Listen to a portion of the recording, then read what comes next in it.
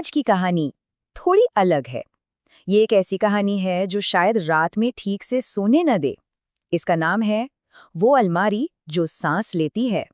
और यही सवाल इस पूरी कहानी का दिल है, उसकी आत्मा है। एक ऐसी कहानी जो एक दस्तक से शुरू होती है, पर वो दस्तक बाहर से नहीं बल्कि अंदर से आती है।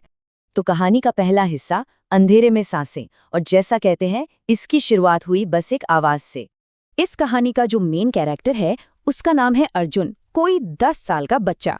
वो अपने परिवार के साथ एक नए घर में शिफ्ट हुआ है।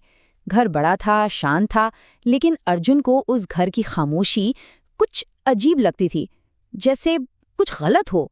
और हुआ ये कि पहली ही रात उस अजीब सी खामोशी को एक आवाज ने तोड़ा, एक बिल्कुल तय समय पर। सुबह के 3:07।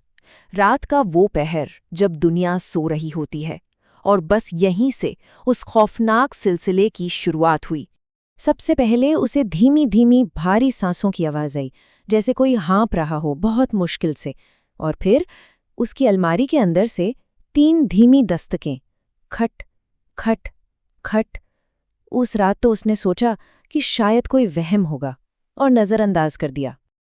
लेकिन वो कोई वहम नहीं था, वो तो बस आने वाले तूफान की एक छोटी सी आहट थी। अगली रात ठीक 3:07 पर वही आवाजें फिर से आईं। इस बार अर्जुन ने थोड़ी हिम्मत जुटाई और अलमारी की तरफ बढ़ा। जैसे ही उसने हैंडल को छुआ, वो अजीब सा गर्म था, मानो उसे अंदर से किसी ने पकड़ा हुआ हो। और दरवाजा खोलते ही एक सड़ी हुई बदबू से पूरा कमरा भर गया। और फिर चीजें बहुत तेजी से बिगड़ने लगीं। मतलब सोचिए जरा, एक तो उसके कपड़े अलमारी से गायब होने लगे, दूसरा उसके कमरे की दीवारों पर उल्टे पैरों के निशान मिलने लगे, और हर रात वो सांसों की आवाज और पास और तेज होती जा रही थी। अर्जुन अब समझ चुका था कि ये कोई मजाक नहीं है, उसके घर में कुछ तो है, कुछ बहुत गलत। और अब उसने फैसला किया कि वो इसका सबूत इकट्ठा करेगा। तो अगली रात सोने से पहले उसने अपना फोन उठाया और रिकॉर्डिंग पर लगा दिया, अलमारी की तरफ मुंह करके।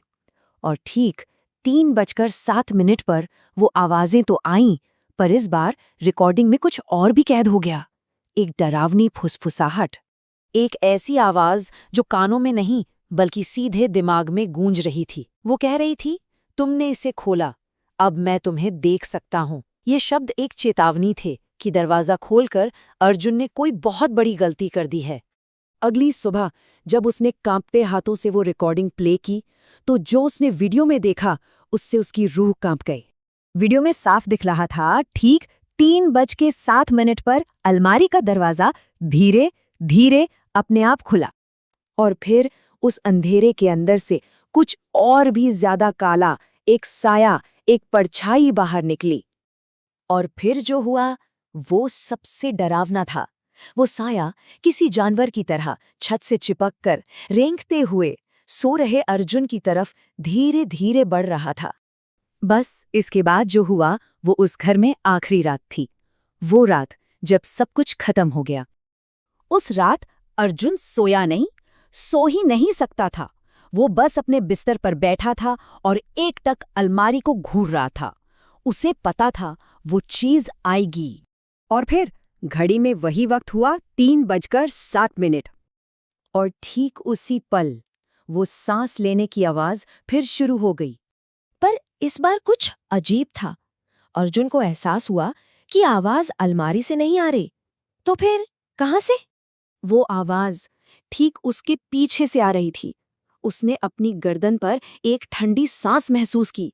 वो चीज अब अलमारी में कैद नहीं थी। अगली सुबह अर्जुन अपने कमरे में नहीं था। वो बस गायब हो गया। कोई सुराग नहीं, बस एक चीज मिली। अलमारी के अंदर दीवार पर खुरचकर लिखा हुआ था, उसने दरवाजा खोला, अब मैं आजाद हूं। तो अगली बार जब कोई बंद दरवाजा दिखे तो याद रखें, कुछ दरवाजे बंद ही रहने के लिए बने होते हैं, क्योंकि किसी को नहीं पता कि दरवाजे के उस पार कौन या क्या उसे खोलने का इंतजार कर रहा है।